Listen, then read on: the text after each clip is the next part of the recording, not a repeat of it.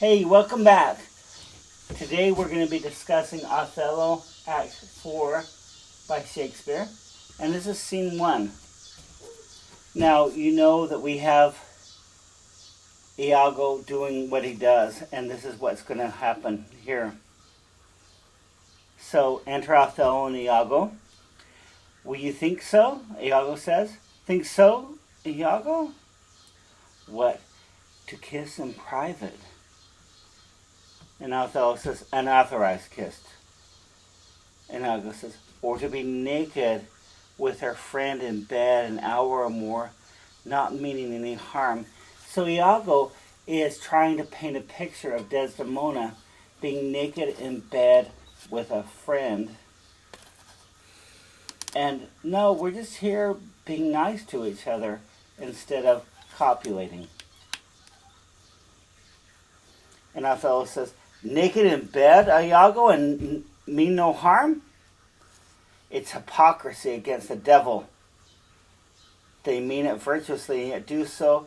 The devil their virtues tempts, and they tempt heaven. So if you have a man and woman in bed, obviously there's going to be sin, according to Othello. And Iago says, so they do nothing. It's just a venial slip. I mean, it's a small error. But if I give my wife a handkerchief, and he stops. So here we have, once again, this convention of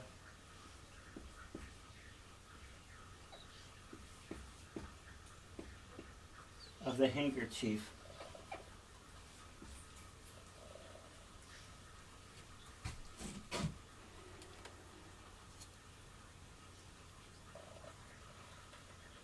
Or in Shakespearean spelling, it's a handkerchief. But it's the same thing. Well, then it's hers, my lord, and being hers, she may, I think, bestow it on any man. Can you imagine if you are married and you give your wife an heirloom in the family, and she gives it away to another man? And that is what Iago is trying to build up.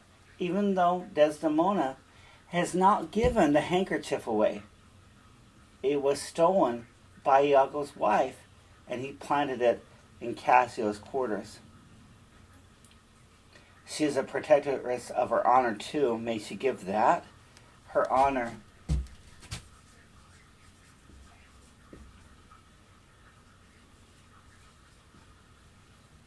When Othello says that, he's talking about honor, equating honor with sex.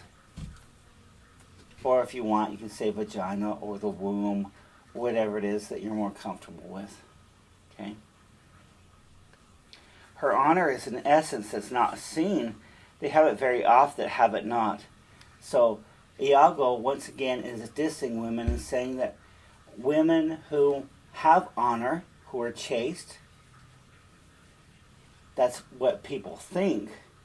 And that's the whole problem with honor. And then he says, they often have it not.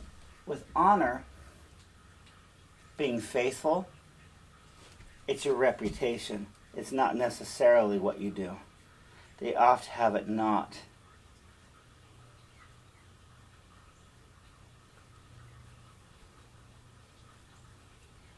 And of course, Iago's saying, she can give that away to anybody. And Othello says, she's, let's see. So we have the handkerchief, and Othello says, by heaven, I most gladly have forgot it, the handkerchief. Thou saidst, oh, it comes o'er my memory, it doth the raven o'er the infected house, boding to all. He had my handkerchief. Can you imagine if you were in a committed relationship and because you had lent something to somebody, that meant you were unfaithful? Or in this case, since it was planted on somebody, stolen from you, well, that's obviously proof that your intimate partner is being unfaithful. And Iago plays the dummy. What of that? And Othello says, that's not so good now. What? If I had said I'd seen him doing wrong, or heard him say, as knaves be such abroad, who having by their own importunate suit, or voluntary dotage of some mistress, convinced or supplied them, cannot choose but they must blab. So Iago is setting up the trope that when men sleep with women, they have to tell other men about it in order to make them seem more manly. Now soon, Iago is going to question Othello's manhood. Othello asks him, has he said anything? He has, my lord, he hath. But be well assured no more than he'll unswear. He has actually bragged, but if you ask him, well, he's going to say he didn't say it. What has he said? Faith that he did? I know not what he did. Iago says. What? Lie. Lie with her? Now this is a very interesting verb in English. Lie can equal lies or untruths. In this context, it also means to sleep. It's a very kind metaphor. Sleep with somebody. And you can go back all the way to the Old Testament. Adam lied with Eve and blah, blah, blah happened. And blah, blah, blah lied with so-and-so and blah, blah, blah happened. There's going to be offspring when you lie with somebody.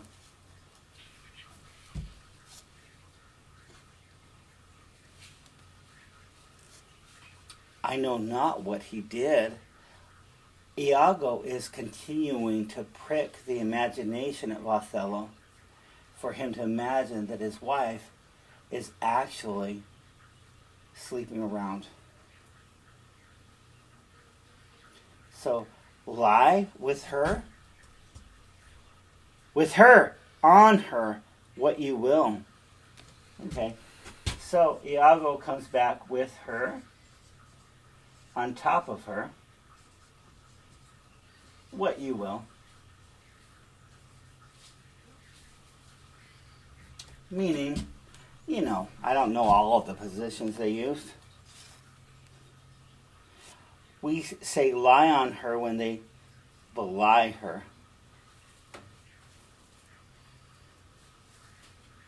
Lie with her? Zounds, that's fulsome. Handkerchief, confessions, handkerchief, to confess, be hanged for his labor, first to be hanged, then to confess. I tremble at nature would not invest herself in such shadowing passion without some instruction. It's not words that shakes me thus. So Othello is already going into a seizure because he's overwhelmed by this information that supposedly has been confirmed by Iago. And he is going to have a seizure here. Pish, noses, ears, lips, is it possible? Confess, handkerchief, oh devil. And Othello goes into an epileptic seizure. While Othello is having his seizure, and I don't know how many of you have seen somebody having a seizure. It's frightening. It is frightening. I've seen hundreds upon hundreds of seizures in my life because I've worked with people with disabilities. And it's very easy to think that the seizure went on for 3 minutes, when if you look at your watch or your phone, that it was a seizure of 20 seconds. But obviously when somebody has a seizure, the person is out of control of his or her body. And one would think that Iago, if he was faithful, would try to help Othello. Not by putting something between his teeth, because you should never do that when somebody has a seizure. What you should do is make sure that there's nothing around the person who is seizing to harm themselves with if they flail their arms or their legs. So you just clear the space. Or if they have the seizure out by a road, for example, make sure that cars can't run over the person. But no, Iago is all happy. And he watches Othello having a seizure and says, "Work on, my medicine, work." Thus incredulous fools are caught, and many worthy and chaste dames even thus, and guiltless meet reproach. This is how we trap people, even the people who are innocent, even the women who are innocent, is by spreading these falsehoods. And then you have Iago pretending, "What, oh, my lord, I say, Othello," and he's trying to stop the seizure, supposedly, right? And Cassio comes on stage and says, and Iago says, "How now, Cassio?" Cassio looks at Othello. "What's the matter?" "My lord has fallen into an epilepsy. This is his second fit. He had one yesterday." And Cassio, who knows Othello and knows that he has a condition, recommends rub him about the temples. Now, what I do with people who are having seizures is I tell them, "You're having a seizure. It will be okay." I'm not rubbing on them. I'm not putting anything into their mouths because that's going to be a problem. I'm just making sure that they're safe. And I just say, "You're having a seizure. It'll be okay in a little bit." But no, not Iago. And Iago tells Cassio, "No, forbear. Don't help him. Don't rub his temples. Just let him have his epileptic moment. The lethargy must have his quiet course. If not, if you interrupt the seizure, he foams at the mouth and by breaks out to savage madness." Now, like I say, I actually have seen more than 1,000 seizures from a variety of people. And I've never seen someone foam at the mouth or, as Iago says, break out in savage madness afterwards. No, it takes all of your energy to have a seizure because your brain is overfiring.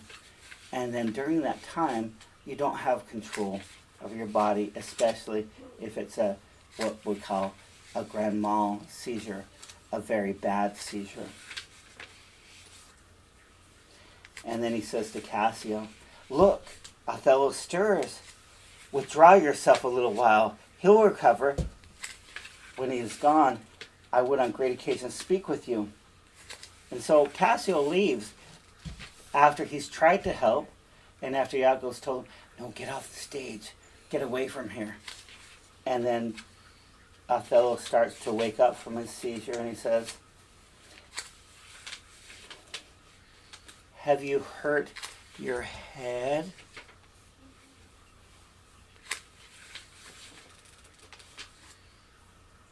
Yeah, usually people have a headache after a seizure because it's your brain overfiring. "Oh, poor baby, have you hurt your head?"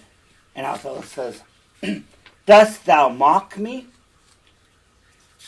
Because yes, he is mocking him. Iago is. And Iago's all, "I mock you? No, by heaven, would you would bear your fortune like a man." Okay, so then we have Iago telling Othello that he's not man enough. This is very similar to what happens in Macbeth, another of Shakespeare's tragedy, where Macbeth's wife tells him, "Just be a man."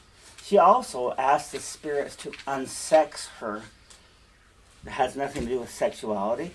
Make her a man so that she can control things. But this goading of manhood, well, be a man. Be a better man. Be a bigger man. Jump up and rub some dirt on it. Get back in there. This idea of manhood being enough of a masculine man is still predominant with our Western cultures.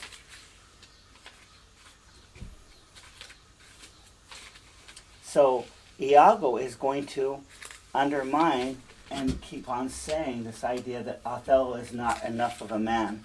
Now, Othello is a general. Iago, not so much. But he's going to say it 4 different times.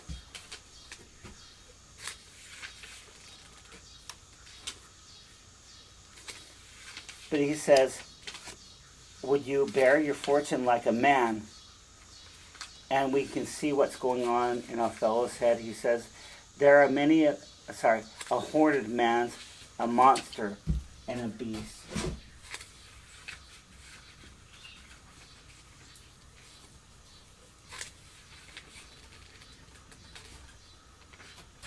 Othello, while he's imagining that his wife has been unfaithful to him, does not want to be a cuckold.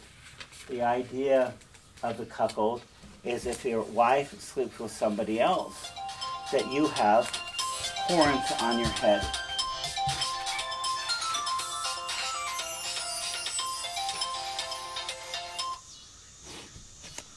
I apologize for the random call. It wasn't from any of you. I believe it was from telemarketers. So manhood is tied into if you control your wife's sexuality. And Othello is worried that he's become a horned man, a cuckold, meaning that he can't control his wife's appetite.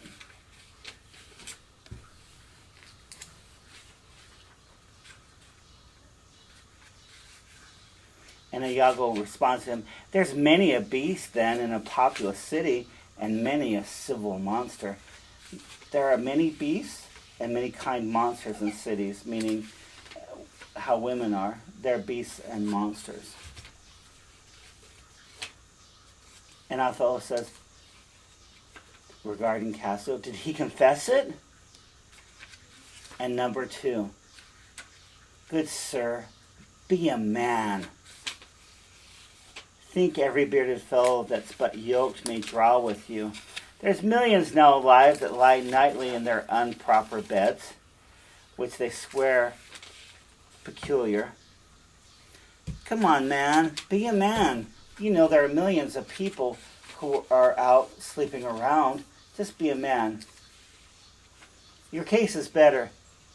Oh, 'tis the spite of hell the friends arc mock to lip a wanton in a secure couch. So one more time,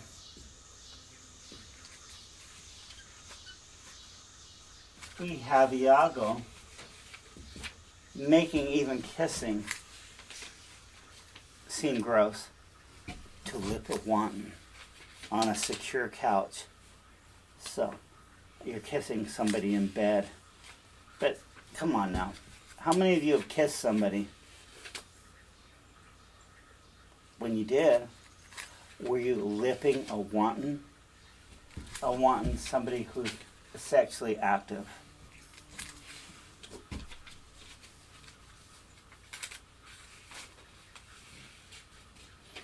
And to suppose her chaste, meaning, can you believe that you thought that your wife was actually faithful to you? I know what she shall be. And Othello, because he is so overwhelmed and so in the spell or the web of Iago, oh, thou art wise, 'tis certain. And Iago tells him, stand a while apart, go and hide yourself, and let me talk to Cassio, and you'll find out what's going on between him and your wife. Confine yourself but in a patient list, whilst you're here overwhelmed with your grief, a passion most insulting a man. So since you are obviously upset, you're not manly, if you have emotion. Cassio came hither, and I shifted him away. So while you were having a seizure, he came here, you were having a seizure, which is not very masculine. And I laid good excuse upon your ecstasy. Now, ecstasy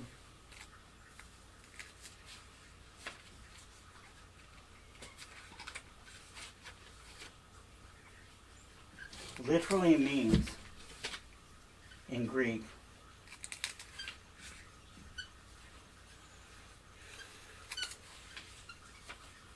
to stand outside of one's body. And if you're standing outside of your manly body, you can't be a man. I bade him to return soon, anon return, and speak with me, and he promised that.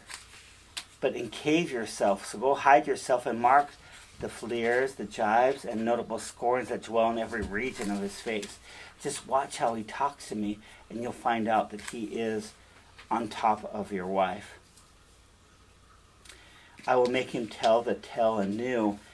Where, how often, how long ago, and when he has, and is again to cope your wife.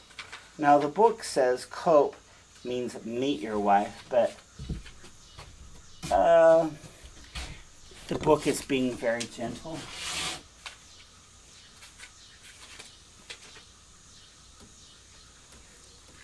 So I'll make him describe everything about their encounters, which obviously do not exist. And I'll make him say when next he's going to cope your wife.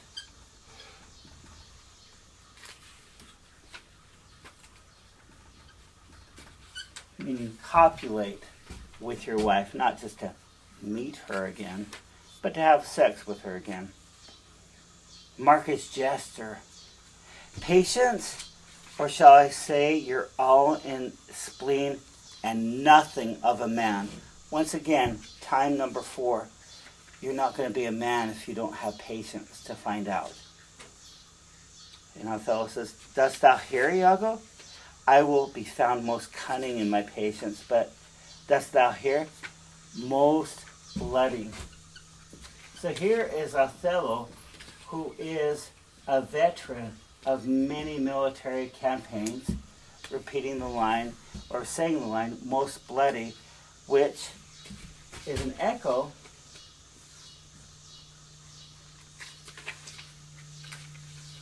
of Iago's first words, splud. It is blood. And Iago's like, oh, that's not amiss. Because he's all happy that he's whipping Othello into a frenzy to kill his wife. But yet keep time and all. Would you withdraw? Go and hide. And so Othello hides so he can see what the action is. And then we have an aside from Iago. Now I will question Cassio of Bianca. So he's not even going to talk to Cassio about Desdemona because Cassio has no designs on Othello's wife whatsoever. And Bianca he describes as a huswife. In today's parlance, hussy, really a type of prostitute that by selling her desires buys herself bread and clothes. So she gives her body out to men so that she can survive. And then he calls Bianca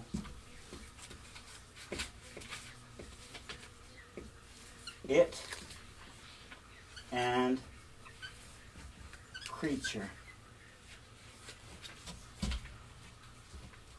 How many of you refer to other people as it and as creatures?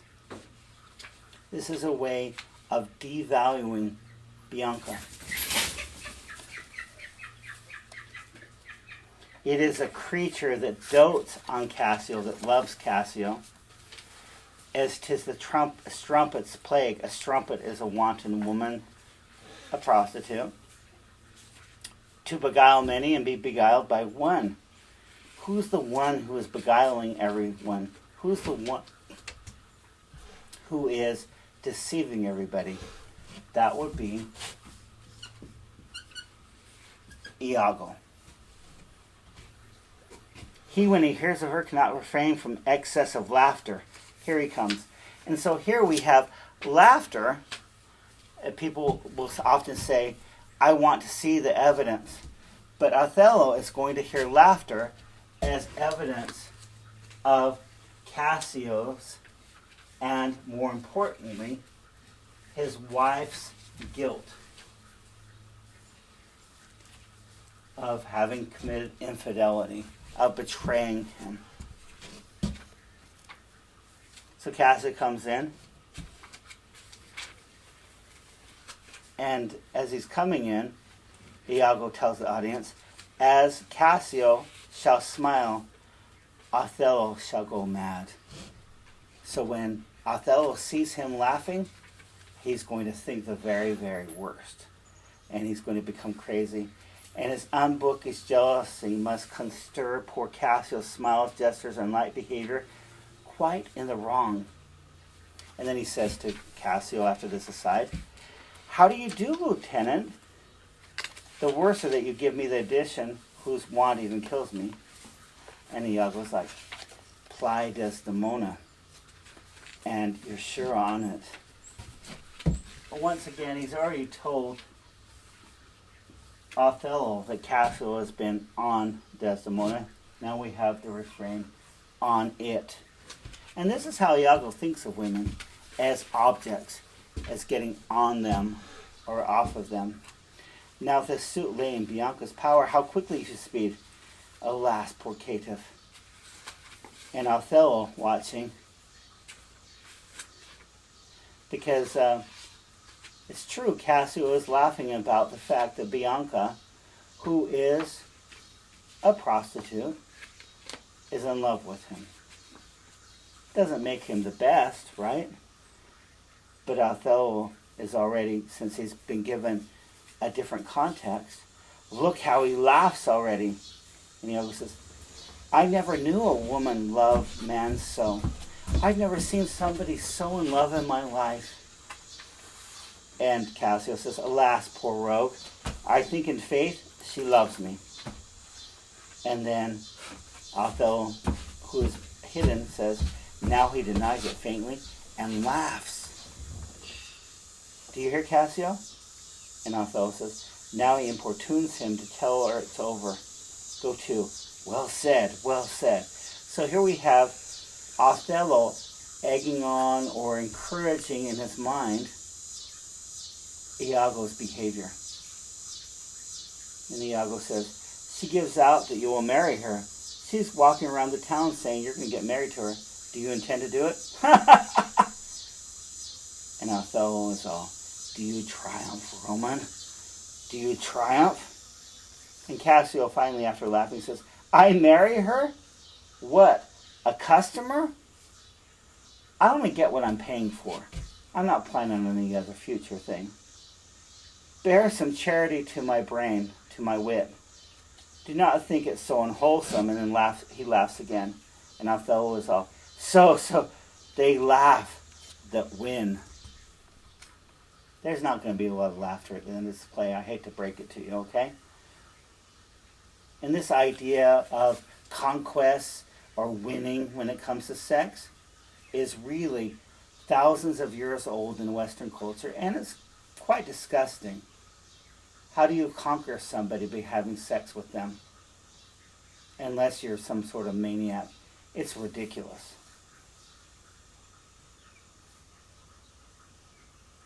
And Iago says, faith, the cry goes that you shall marry her. And Cass is like, pray they say true. Tell me that's really what people are saying.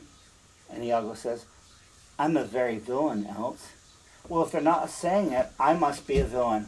Once again, he's confessed that he is the villain. And Othello, have you scored me? Well, so have you taken into account everything and I'm going to win? And Cassio says, this is the own monkeys giving out. She's persuaded I'll marry her out of her own love and flattery, not out of my promise. So here we have Cassio referring to Bianca as a monkey, and also the idea that how can you trust a monkey? And also, monkeys tend to be very, how shall we say, have a proclivity for infidelity. And Othello was like, he beckons me. Now he begins the story. Because Iago, while Cassio is speaking, is like, come a little closer and see. Cassio says, she was here even now. She haunts me in every place. So she's a stalker. I was at the other day talking on the sea bank with certain Venetians, and thither comes the bauble, and by this hand she follows me thus about the neck. The bauble, the plaything. Once again, we have Cassio, who is a good guy back in this time, referring to a woman as a plaything. And Othello says, crying, oh dear Cassio, as it were, his gesture imports it. Cassio says, so hangs and lolls and weeps on me, so shakes and pulls me and laughs again. She's just all over me, and I don't have any interest in her. And then Othello starts to make up the own narrative in his mind that's been spun by Iago. Now, and this is line 134, now he tells how she plucked him to my chamber. So now, because Othello thinks that Iago and Cassio are talking about Desdemona, how she took him into my bedroom. Oh, I see that nose of yours, but not that dog I shall throw it to. He's so angry, he's talking about cutting off Cassio's nose and feeding it to dogs. And Cassio says, well, I must leave her company. And Bianca shows up, of course. And Iago says, before me, look where she comes. Like she's still stalking, right? Cassio says, 'tis such another fish marry a perfumed one. You know, just another polecat. It's just another female in heat. Although she smells good, marry a perfumed one. What do you mean by this haunting of me? Why are you stalking me? And Bianca says, let the devil and his dam haunt you. What did you mean by that same handkerchief you gave me even now? I was a fine fool to take it. I must take out the whole work. A likely piece of work that you should find it in your chamber and not know who left it there. This is some minx's token. Why did you give me this handkerchief and ask me to replicate it? It's one of your other girlfriends. A minx, who are also known for their sexual proclivity. And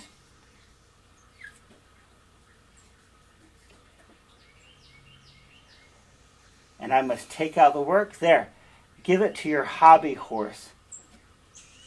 So she hands back the handkerchief and says, give it to your whore. Because in Bianca's mind, she's not a whore. She just does nice things for men who do nice things for her. And obviously, you've been sleeping with another woman, or you wouldn't have given this to me. Wheresoever you had it, I'll take out no work on it. And Cassio says, how now, my sweet Bianca? How now? And Othello is looking at this handkerchief that's been in his family for all these years, from his mother. By heaven, that should be my handkerchief. And Bianca says, and you'll come to supper tonight. You may, and you will not. Come when you are next prepared for. And she huffs off. So, come and have dinner with me, or don't do it. But when you're ready, come and have dinner with me. And Iago tells Cassio, after her, go after her. Cassio says, faith, I must show rel in the street else. I have to go now because she's going to be saying all these bad things about you. And Iago says, are you going to dinner there? Yes, I intend so. Well, I may chance to see you, for I would very fain speak with you. Prithee come. Will you? Cassio invites Iago to go with him for dinner at Bianca's place. Go to and say no more. And so Cassio leaves and Othello comes forward, and after witnessing this exchange that he could only hear laughter from, asks this question.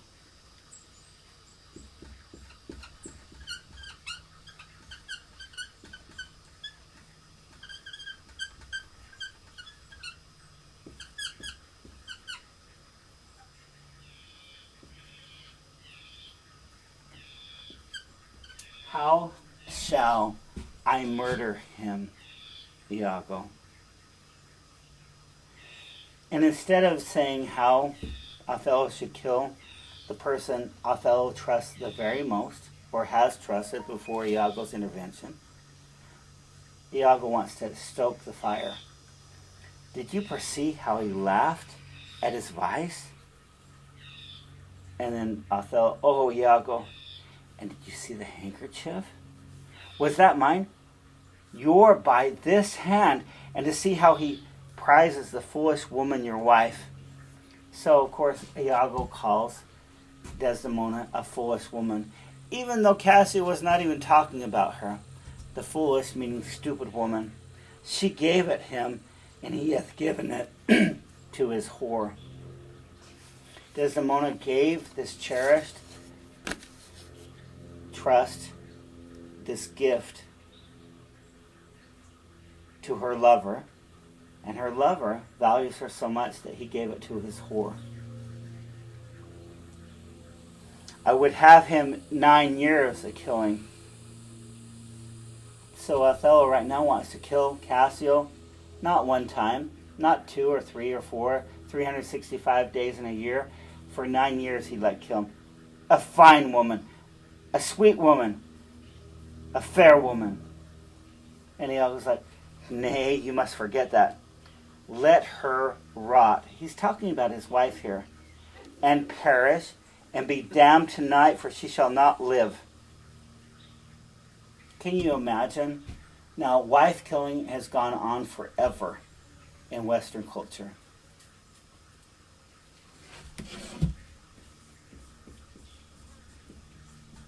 I read about it every week in the paper where a man has decided to kill the woman he's been sleeping with. Uxoricide, which means wife killing.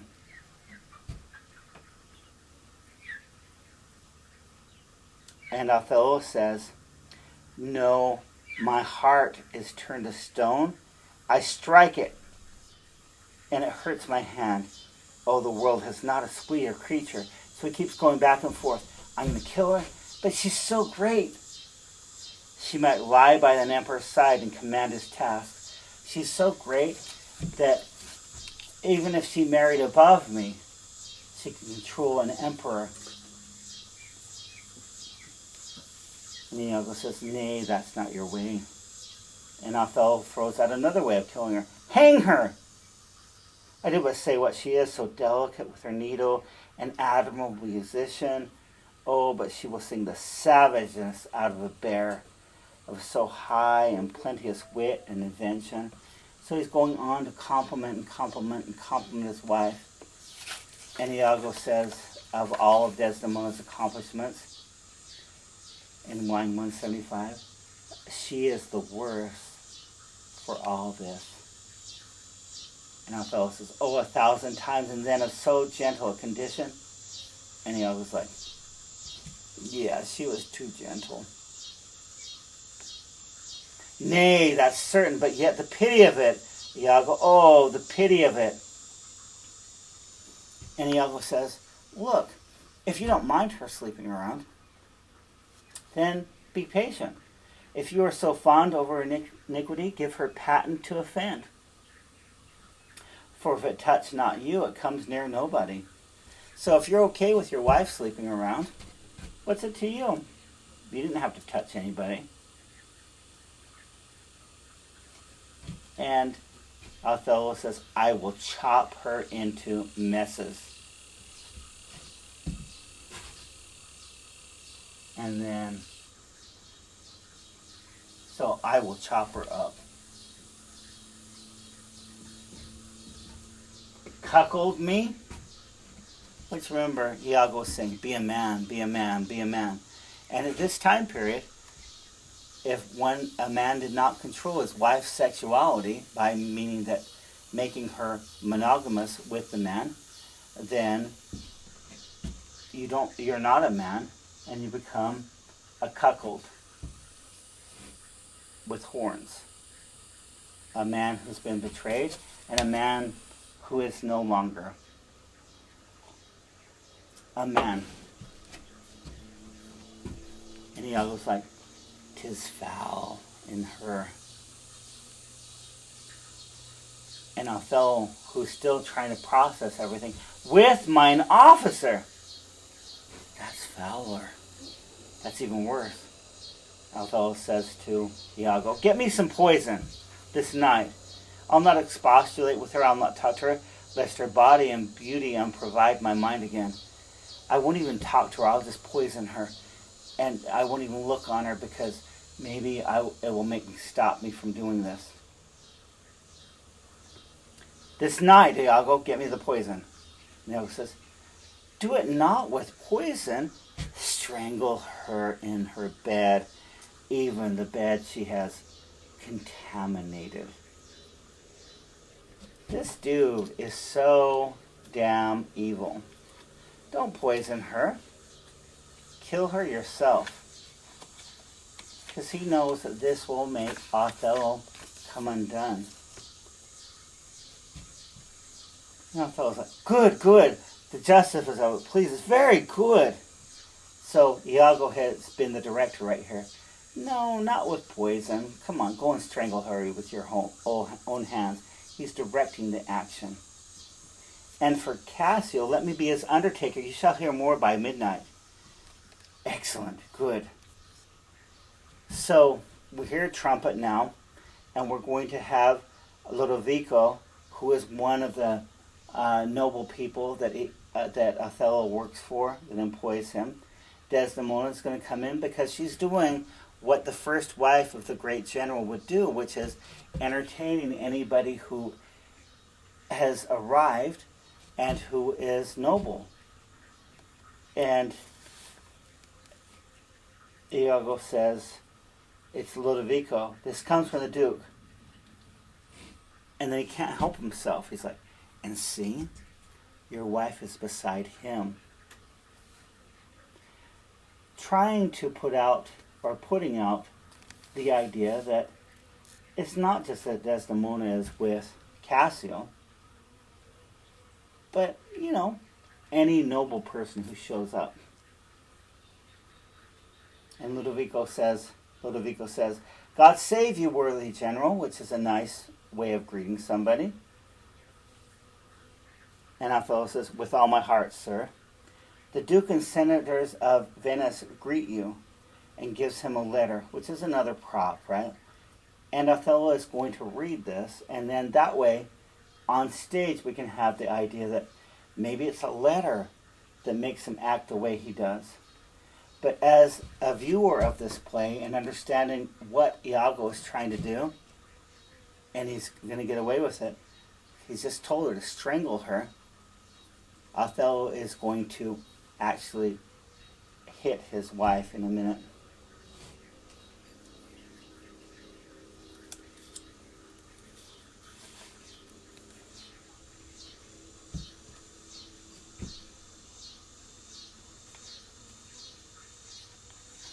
So while Othello is reading the letter, we have this exchange between the other actors. Iago was like, I'm very glad to see you, Senor. Welcome to Cyprus. I thank you. How does Lieutenant Cassio? He lives, sir. Because Iago is getting ready for Cassio's death too, right? And Desdemona says, cousin, there's fallen between him and my lord an unkind breach, but you shall make all well.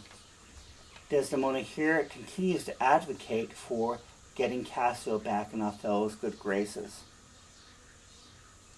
And Othello quits reading. Are you sure of that? And Desdemona says, my lord, this fell you not to do as you will.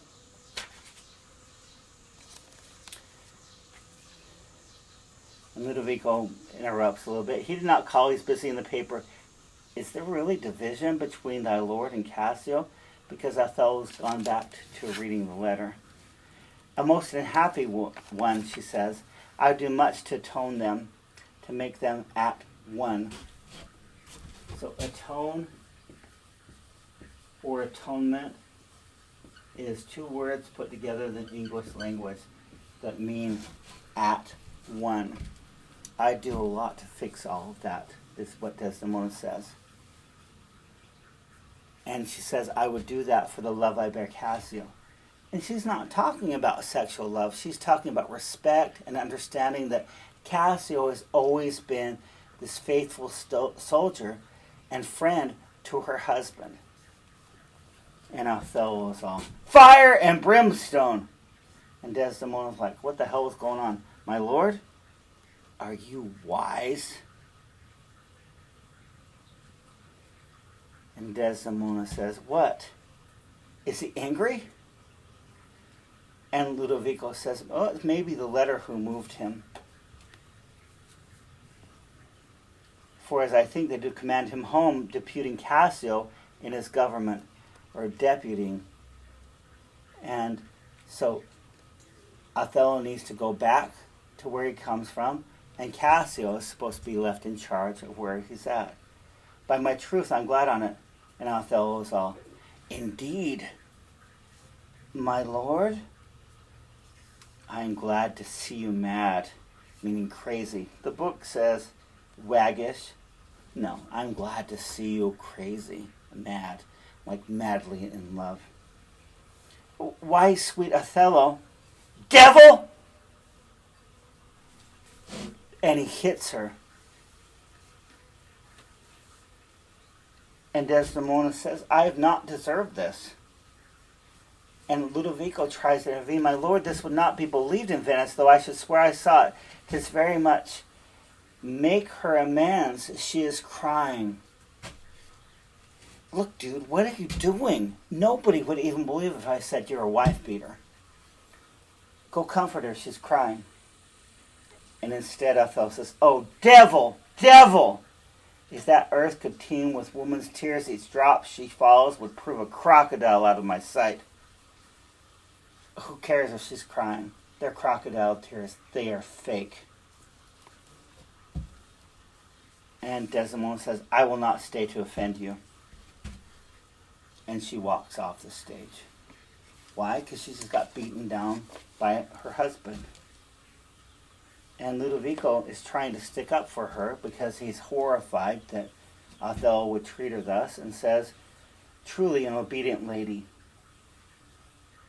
I beseech you, call her back. Call her back and make amends, right? Mistress. What is a mistress? A woman outside of a marriage, right? That the man is sleeping with.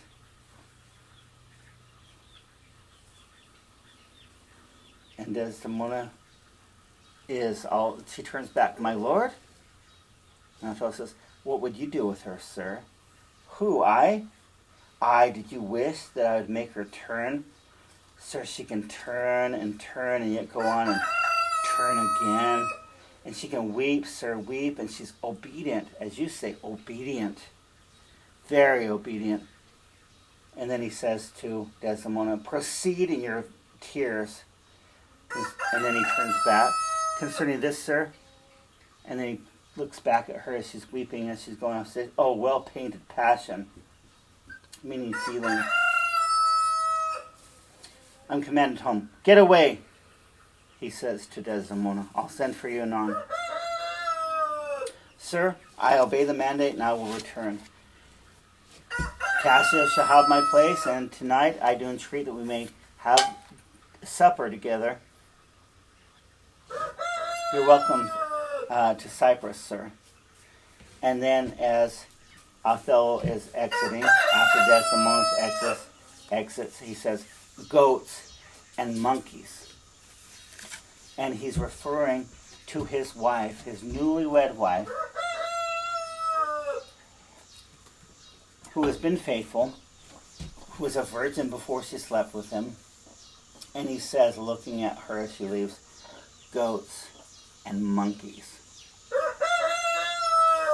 Goats and monkeys are renowned in Western culture for being profligate when it comes to sexuality. For example, rhesus monkeys, whenever they meet another tribe of rhesus monkeys, the first thing that the tribe does is with the new monkey have sex. And they have sex throughout the day, over and over and over again. And goats are renowned for reproduction as well. And he is referring to his newlywed wife as a goat or a monkey. And then he leaves. And Ludovico is like, what the hell is wrong with him? And Iago says in line 248, he's much changed. And Ludovico says, are his wits safe? Is he not light of brain? Is something messed up in his head? He's that he is. Remember what Iago says in the beginning? I am not what I am. He is what he is. I may not breathe my censure. I can't even criticize him.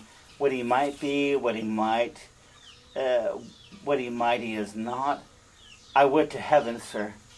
And Ludovico asks him, why strike his wife?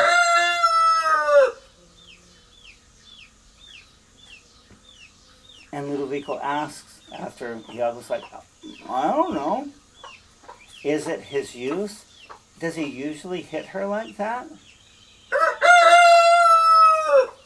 And Iago says, alas, it's not honesty in me to speak what I have seen and known. I love this line because Iago, it is not honesty in me. If we cut it off right there, we have a confession from Iago that the dude never tells the truth. But he also says, what I have seen and known, as though Othello is wont or often hits his wife. And then Iago encourages Ludovico, you shall observe him, and his own courses will denote him so that I may save my speech. But go after him and mark how he continues. I won't have to talk about all of these unpleasant things. You can go see for yourself. And Ludovico says, I am sorry that I am deceived in him. I never knew he was like this, and I am sorry. And can't you just see Iago? Excellent. Excellent. All is going according to plan.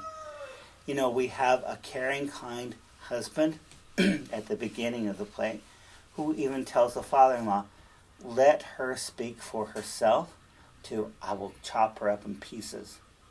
And Iago pulling the strings the entire time. Next time I will talk to you about scenes 2 and 3 in Act 4. Thank you.